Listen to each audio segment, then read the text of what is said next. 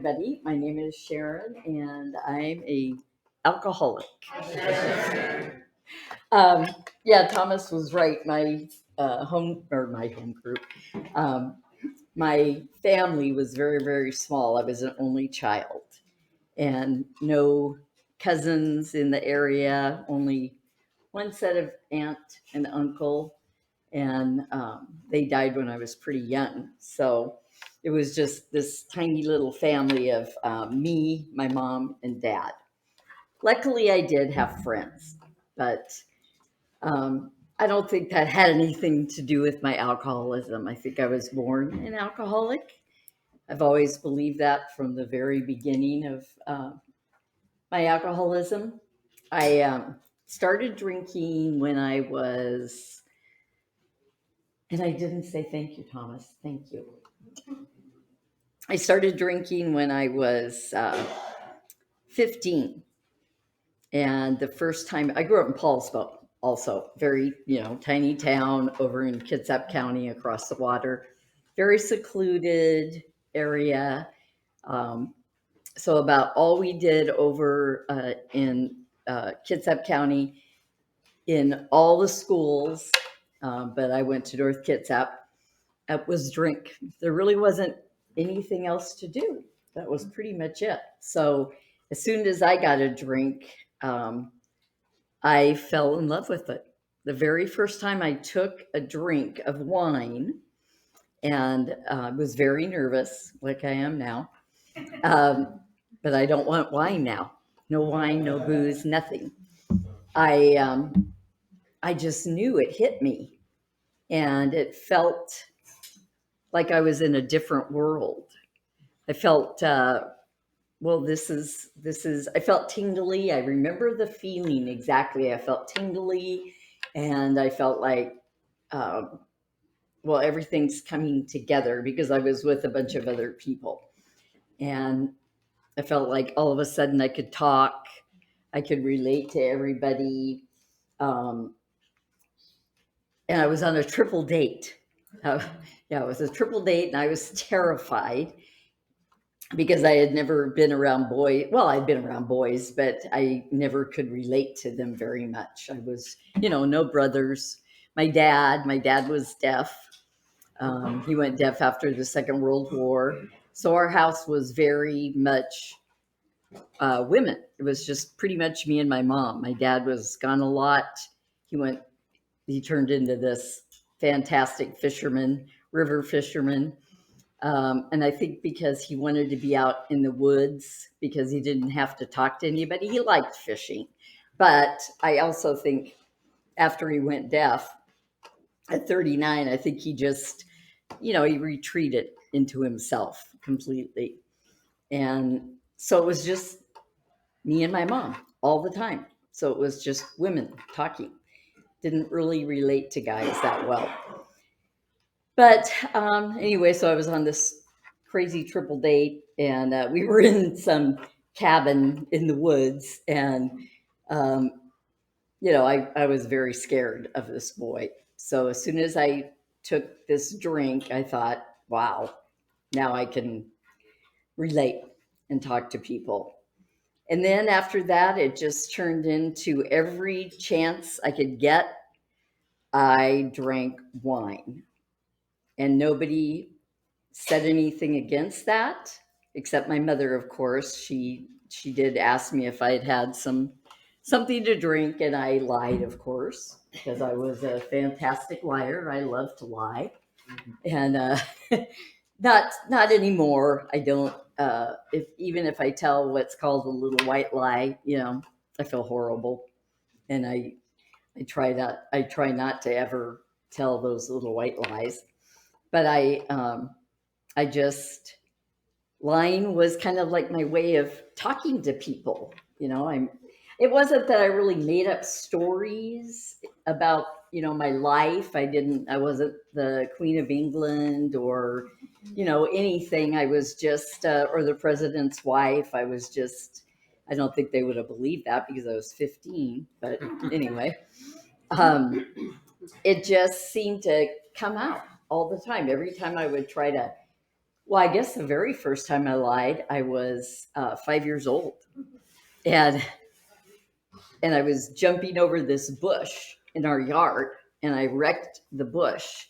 And my dad asked me, he said, "Did you jump over that bush?" And I said, "No, no, Daddy, I did not. Mm-mm, no." So that night I went to bed, and I'm laying in bed. I remember this so vividly.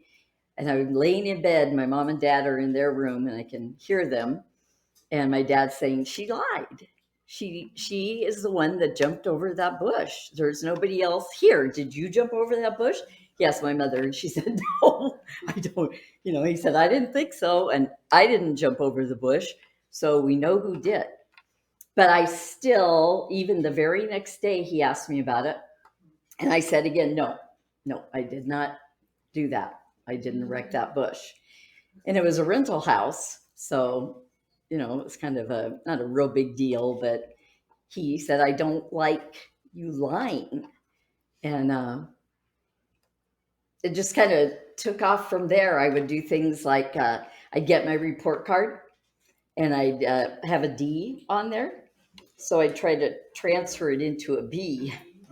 Or, and I'd give him the report card. He goes, "Sharon, this is a D." "No, it's a B. I like this class. I'm very good at this class." Well, that went on and on and on. And the lying just got worse, just bigger and bigger and bigger.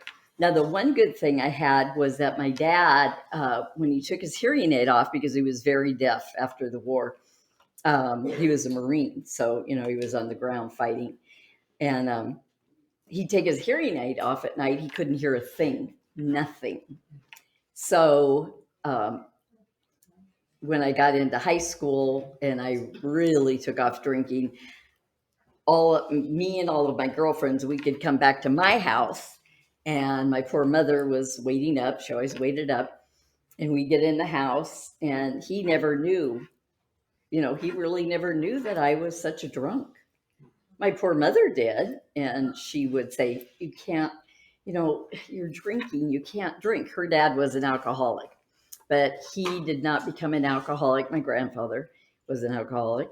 He did not become an alcoholic until he retired from working. He was one of those guys that as soon as he started drinking, he became an alcoholic. And that's the only way I ever knew him was alcoholic. He was a wino, just like me. I was a big wino.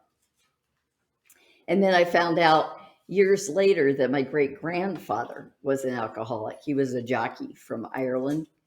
And my great grandmother divorced him after my grandfather was born. They'd only been married 2 years, and she divorced him. Now, that was a long time ago. She had some guts to divorce somebody back in those days.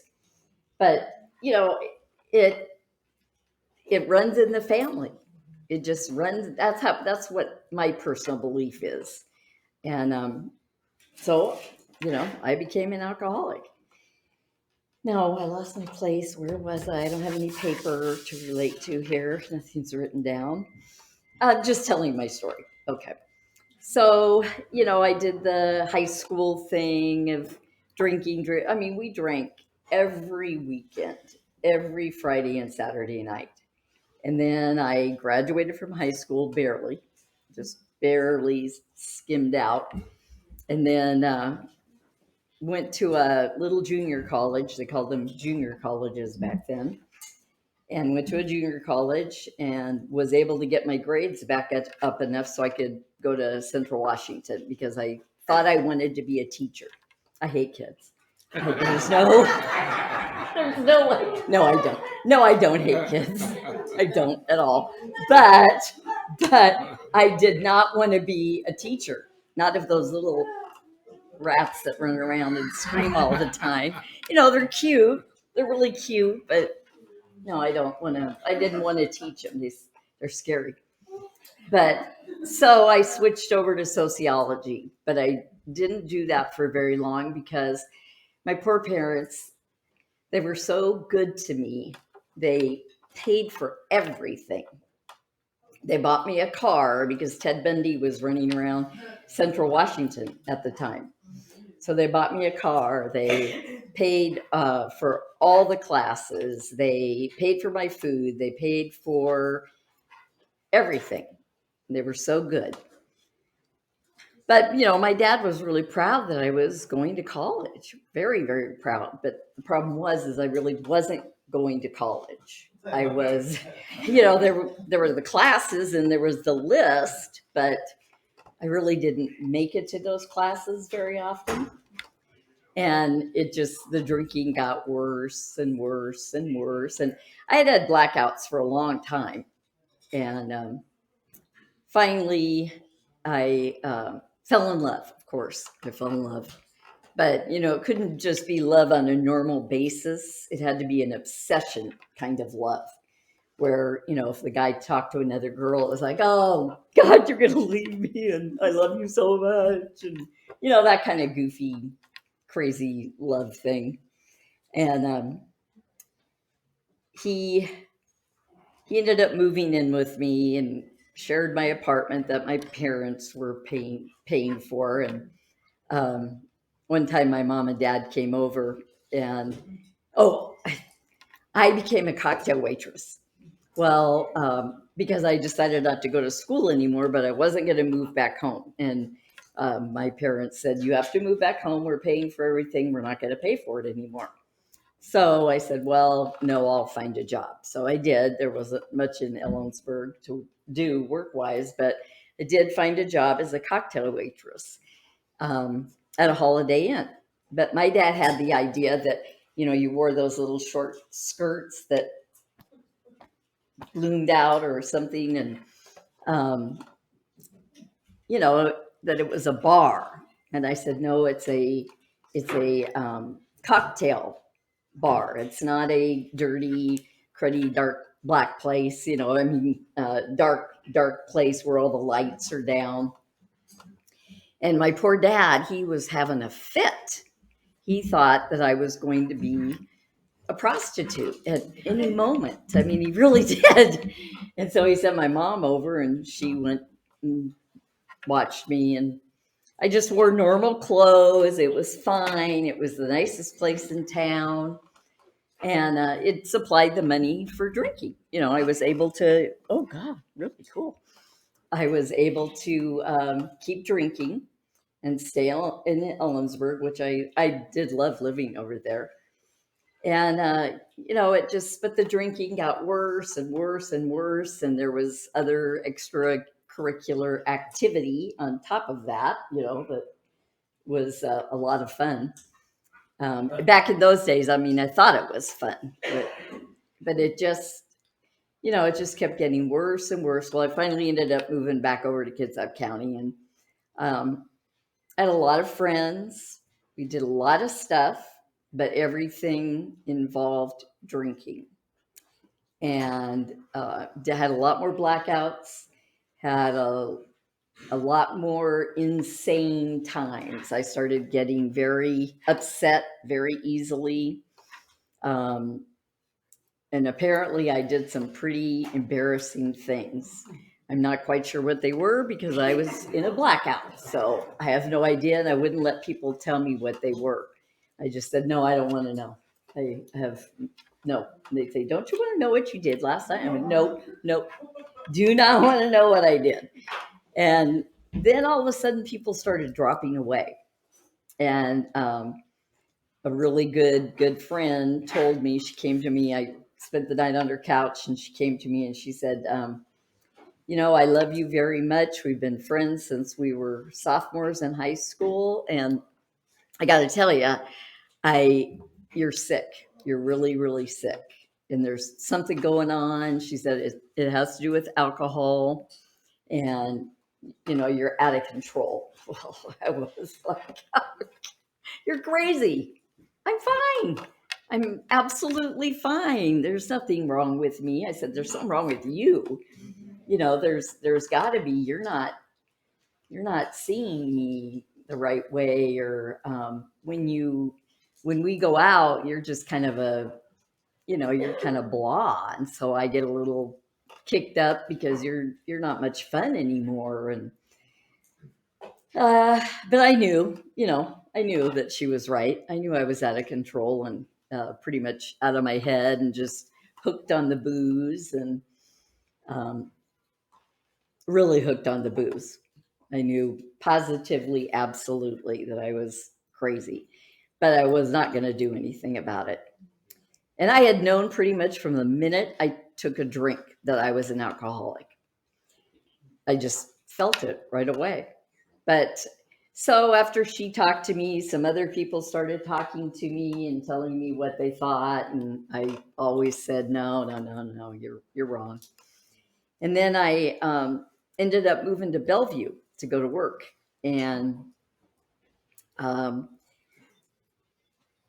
a lot of times I would go drunk into work. Oh, am I done? Not quite. Okay. So I'd go to these jobs, and I would be drunk a lot of times when I'd go to the jobs. So I wasn't, able to perform my job very clearly. And one time, I was a support specialist for a computer company, and the guy that was our programmer, he was a drunk, he'd been drinking for years, but we had a lot of fun. And he picked me up to carry me across the pedal, and he dropped me in it. So, I go into the office of these people, and my skirt's all wet.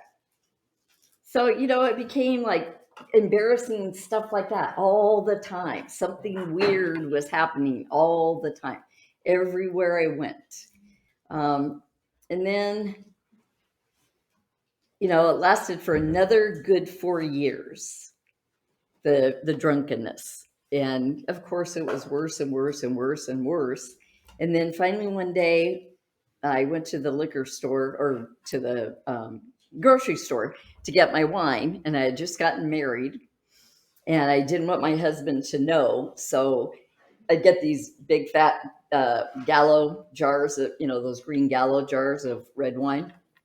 And then I'd hide one, drink the other one down before he'd get home. I happened to not be working for a while, and then fill it back up with the one I hid somewhere in the apartment. So he'd get home and he wouldn't think that I had been drinking really. And for some reason, he didn't get the difference in me when I was drunk and sober once in a great while. And he was a very nice person, very nice person.